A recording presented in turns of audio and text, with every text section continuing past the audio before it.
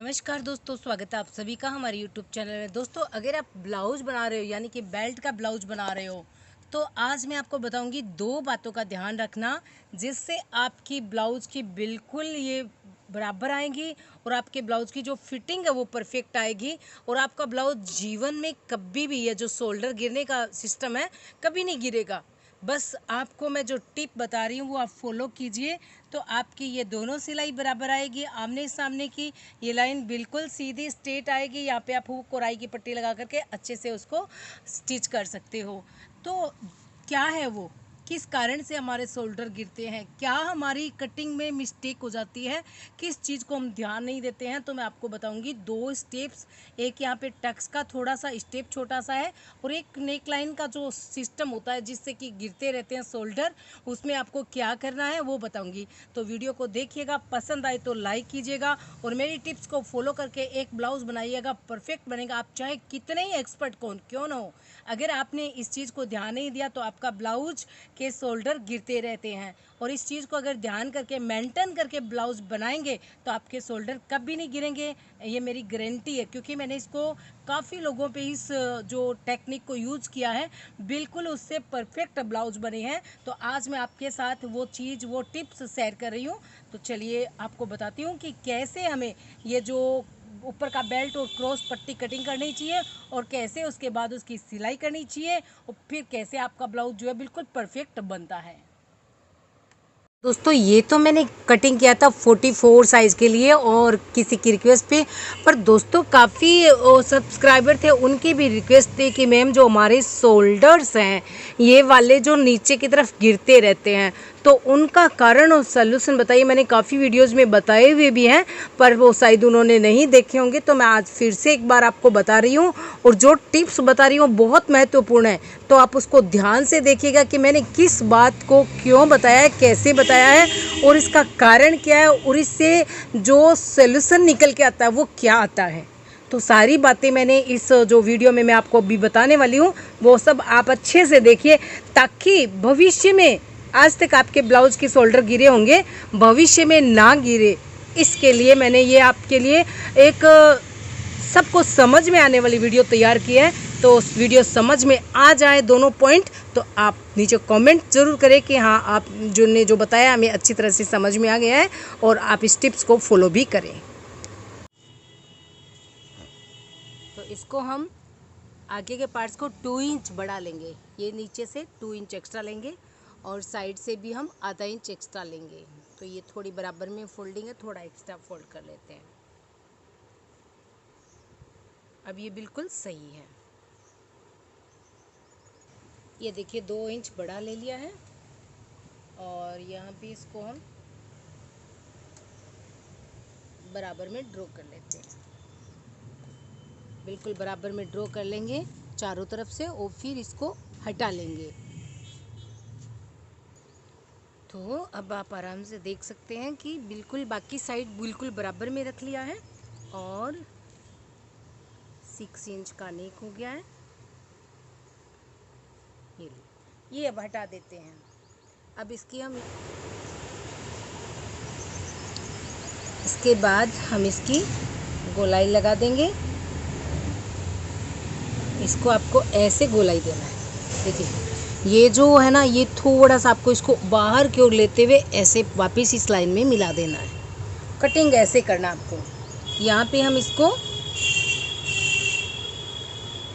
4.25 inch पे point लगाएंगे और यहाँ पे हम सेंटर इसकी ले लेंगे। देखिए टक्स पॉइंट होगा इसका 9.5 पर। तो इसको हम इस तरह से टक्स तक सीधा कर देंगे।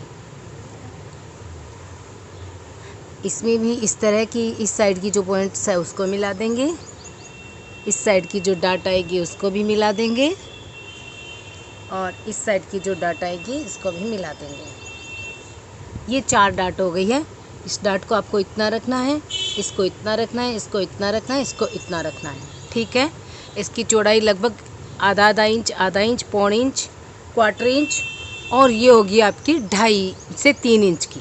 कितना भी रख सकते हो आप, 2.5 इंच की रख सकते हो, 3 इंच की रख सकते हो। तो यहाँ पे मैं ले रही हूँ 1.25 इंच इस तरफ और 1.25 इंच इस तरफ और ये हो गई हमारी मेन टक्स की डाट।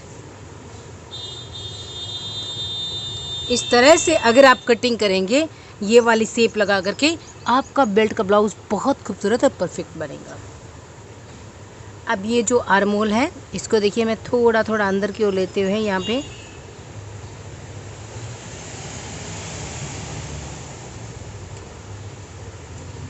इस तरह से मैंने ड्रॉ कर लिया है। ये वाली कटिंग बैक साइड की नहीं करूँगी मैं, इसमें ये वाली कटिंग करूँगी। और हाँ, एक और, इसमें हमें आधा इंच ज़्यादा चाहिए, तो ये मैंने चेस्ट में आधा इंच ज़्यादा ले लिया है, बस यहीं तक, ठीक है ना। यहाँ से लेकर यहाँ तक ये वाली कटिंग करेंगे हम।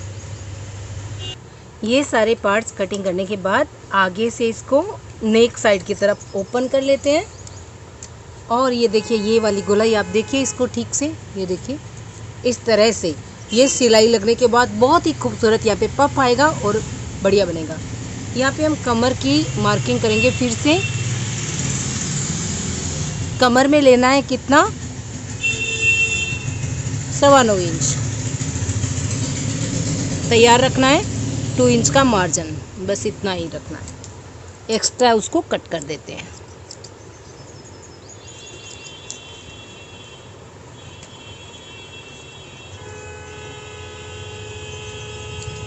ऊपर का बेल्ट का पार्ट, नीचे की क्रॉस पट्टी दोनों तैयार हैं।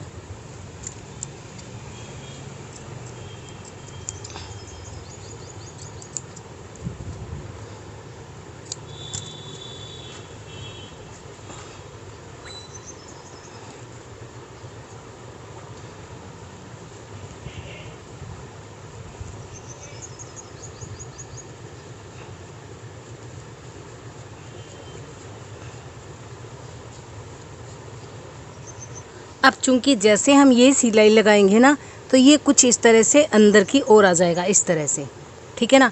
इसलिए क्या करते हैं, जब हम लोग फिनिशिंग देते हैं या जब हम इसकी सिलाई करते हैं उसके बाद में इस तरह से इसको कर देते हैं। इसे मैं आपको पहले ही करके बता देती हूँ।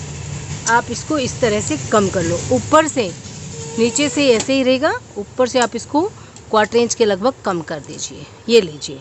अब आप जैसे इसकी सिलाई करेंगे ये पूरी लाइन ऐसे एकदम सीधी आएगी, स्ट्रेट आएगी। ये सिर्फ 1/4 इंच मैंने यहाँ पे कम कर दिया है। जैसे हमने ये वाली कटिंग किया ना, तो यहाँ से लेकर के यहाँ तक हम एक सिलाई करेंगे। कैसे करनी है देखो, इसको आपको ऐसे पकड़ना है इस तरह से, और फिर यहाँ से लेकर के यहाँ तक आपको इसको सीलना है। तो आप देख सकते हो मैंने इसको सील दिया है। सीलने के बाद अब आप इसकी जो टक्स है वो देखिए, ये बिल्कुल बराबर आएगी। यहाँ से हमने एक्स्ट्रा लिया था ना, पर एक्स्ट्रा लिया था ना तब ये बराबर आई है। अगर एक्स्ट्रा नहीं लेते तो ये इस तरह से आती, ये देखिए यहाँ से ये ऊंची हो जाती। तो आपकी एकदम से परफेक्ट जो है वो आगे नीचे की सिलाई नहीं हो पाती, इसलिए नीचे से इस तरह से वो जो मैंने कटिंग किया करते समय आपको बताया था वैसे किया जाता है। तो अब आप देखो मैंने ये चारों जो डार्ट्स हैं वो लगा दी हैं, तो ये कुछ इस तरह से दिखता है। जो ब्लाउज है उसका पैटर्न देखिए, तो ये इस तरह से बिल्कुल एकदम परफेक्ट दिखता है। अब हम इसके नीचे वाली क्रॉस पट्टी वो भी लगा लेते हैं। क्रॉस पट्टी को आप कैसे लगाएंगे, तो देखिए यहाँ पे आपको इस तरह से रखना है, थोड़ा सा आगे की साइड में, फिर इस तरह से स्टिचिंग लेते हुए और यहाँ तक पूरी दूर तक इसको स्टिच करना है। फिर ये अपने आप ऑटोमेटिक ही सीधा हो जाएगा। चारों टक्स और नीचे की क्रॉस पट्टी जॉइंट करने के बाद हमारा एक साइड का पार्ट्स इस तरह से देखिए तैयार हो गया है, ठीक है। पफ भी बहुत बढ़िया है और इसका आप देख सकते हो एकदम से मतलब बहुत ही परफेक्ट सुंदर इसकी स्टिचिंग आई है। अब आप इतना स्टिच करने के बाद आपको एक चीज़ ध्यान करना होता है, दोनों पार्ट्स को आप इस तरह से देखिए कि आपके ब्लाउज़ के जो दोनों पार्ट्स हैं बिल्कुल सीधे रहने चाहिए, एकदम आमने सामने हर पॉइंट्स आना चाहिए। नेक के बराबर नेक, नीचे के बराबर नीचा, ये बिल्कुल सिलाई बराबर में इस तरह से आती है और ये एकदम सीधी रहेगी। अगर आप हमारे बताए हुए तरीके से कटिंग करेंगे तो अब एक साइड में हम हुक पट्टी और आई की पट्टी लगा लेंगे, नेक भी बहुत ही परफेक्ट बनेगा, आप देख सकते हो। तो ये हमने यहाँ पे तैयार कर लिया है। बस आज की वीडियो में इतना ही। एक कैसी लगी हमारी ये जानकारी मुझे बताना बिल्कुल मत भूलिएगा कमेंट के द्वारा, और इसको आप फॉलो करके एक ब्लाउज ज़रूर बनाएं कि हमने क्या बताया है। इस पॉइंट्स को आपको थोड़ा सा इस तरह से नीचे ले करके जितना सिलाई आए उतना आपको ऐसे नीचे लेना है और इस पॉइंट को आपको 1/4 इंच यहाँ से कम करना है। तो आपका ब्लाउज़ बिल्कुल परफेक्ट बनेगा। नेक गिरने की संभावनाएं सारी ख़त्म हो जाएगी और ब्लाउज़ की फिटिंग एकदम से परफेक्ट रहेगी। कमेंट करें, लाइक करें और चैनल को सब्सक्राइब नहीं किया हुआ है तो वो भी करें। Thank you.